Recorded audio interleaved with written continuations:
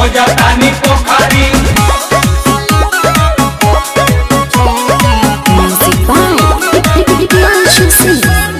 रोतानी बालाजी में रंग पानी घोर के कहाँ गिरंग।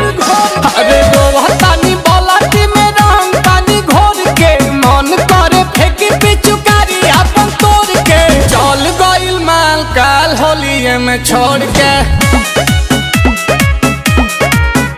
अरे चल गइल माल काल होलिये में छोड़ के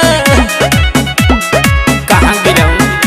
अरे होलहरी जरावे खाती आवत रहे भोर के मिलहला के बाद जाते रहे हुआ जोड़ के चल गइल माल हो बंगाल काल छोड़ के। अरे चल गइल माल हो बंगाल काल छोड़ के कहाँ गिरंग।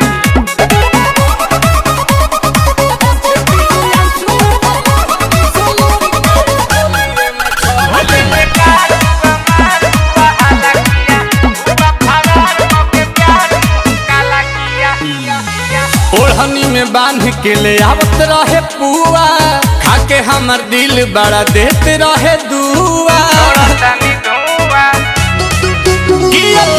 खइलो के बाद नहीं भूख लगे हमरा अभी एगो बतिया के दुख लगे। अरे गुरु ताकि नात रहे पैसा बटोर के गुरु ताकि नात रहे पैसा बटोर के चल गइल माल काल होलिये में छोड़ के।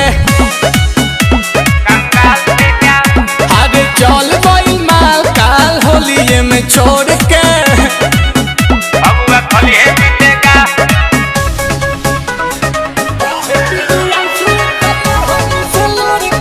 होलिये में छोड़ के।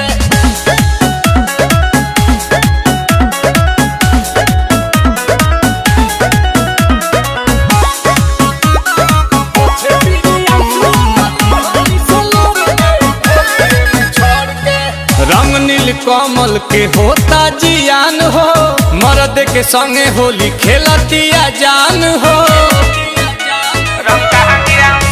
हम कैसे मनाई अपना आप के आंसू गिरता रे आंसू पाछा ताप के इलाज कराओ। पोछे पीरी आंसू कर ओढ़नी से लोर के पोछे पीरी आंसू कर ओढ़नी से लोर के चल गइल माल काल फगुए में छोड़ के। आज चल गइल माल काल फगुए में छोड़ के जीतेगा।